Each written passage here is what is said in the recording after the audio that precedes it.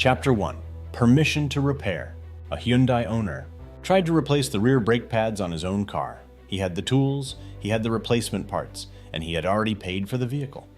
But Hyundai's official repair process demanded something else: a software subscription, an internet connection, a compatible diagnostic interface costing as much as $2,000, and potentially a professional authentication account.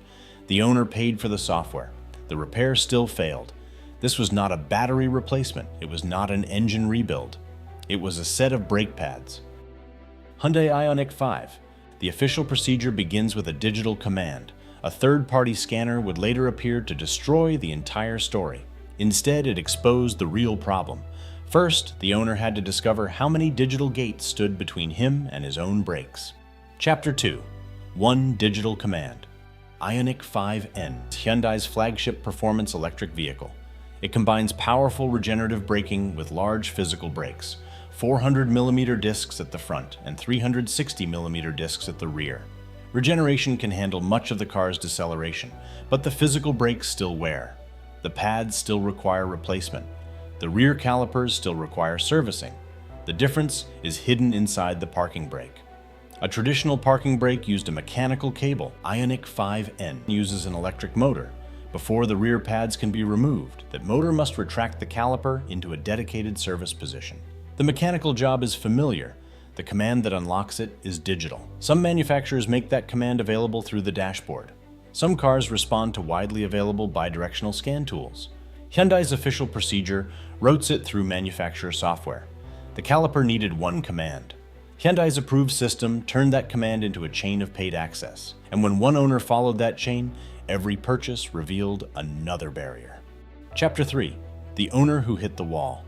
The owner began with ordinary aftermarket diagnostic tools. According to his account, they did not provide the required rear brake service function, so he moved to Hyundai's official aftermarket route. He purchased access to Hyundai's J2534 diagnostic application. He also purchased a compatible communication interface. The software connected the laptop to the car, but it did not initially support the vehicle correctly. The owner contacted the software provider. Diagnostic information was collected.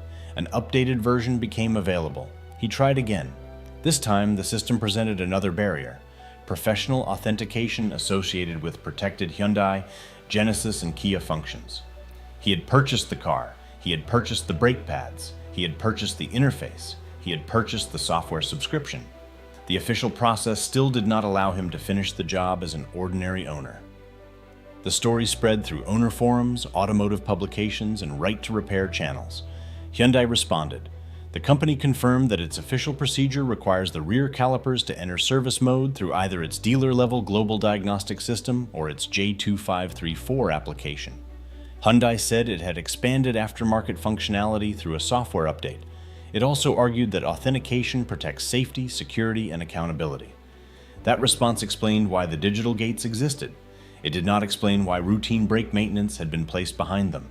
Subscribe to Architects of Power for more investigations into who really controls the products we own. None of these barriers appeared overnight. They were built into cars one security layer at a time. Chapter 4.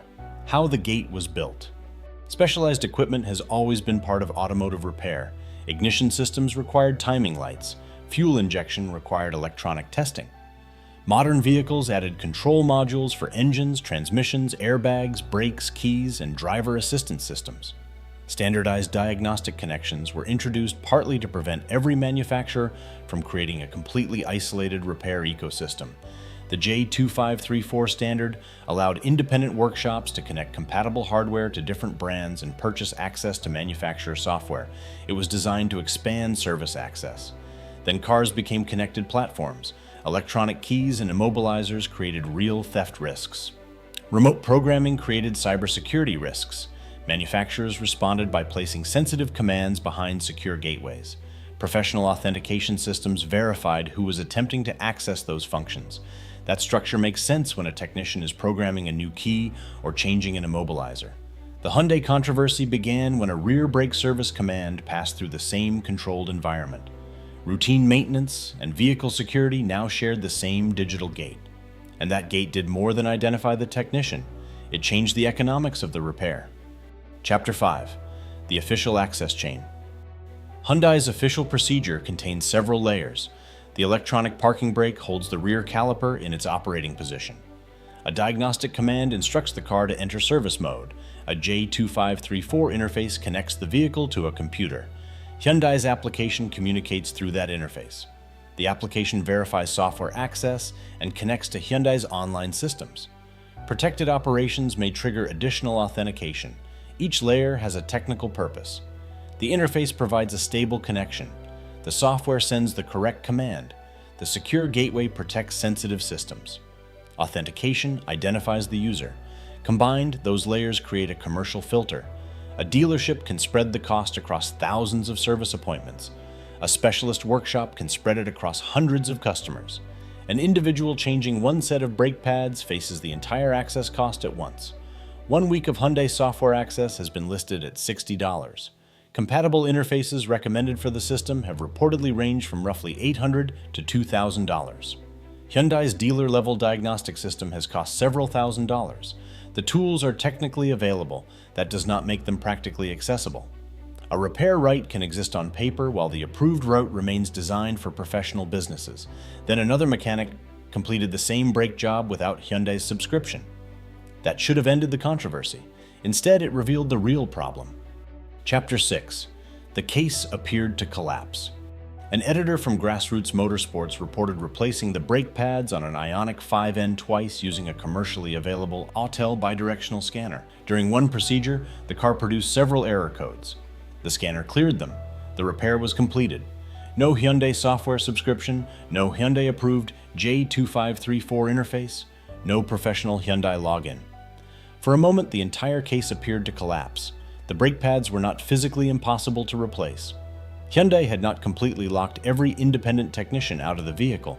A capable third-party scanner could reproduce the required service commands, but that did not prove the repair system was open. It proved that another company had found a way through it. The car itself did not provide the owner with an open maintenance procedure. Access depended on an aftermarket tool manufacturer identifying, implementing, and continuing to support Hyundai's manufacturer-specific commands. Chapter 7. The cost of digital permission. This structure changes who can compete in automotive repair. A large dealership can afford proprietary equipment, software subscriptions, and brand-specific training. A specialist independent workshop may justify the same investment because it services enough vehicles from one manufacturer. A small general repair shop must decide which brands and systems it can afford to support. The individual owner has the least leverage.